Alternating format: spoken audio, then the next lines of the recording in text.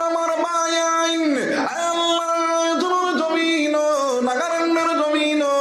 আল্লাহ মেঘালয় শিলং আল্লাহ অরুণাচল প্রদেশ বিভিন্ন জায়গার মধ্যে সৌদি কাতার লন্ডন আমেরিকা বিভিন্ন জায়গার মধ্যে গিয়া গড়িয়াইতে রে দয়াল গরিব আর খানের দয়া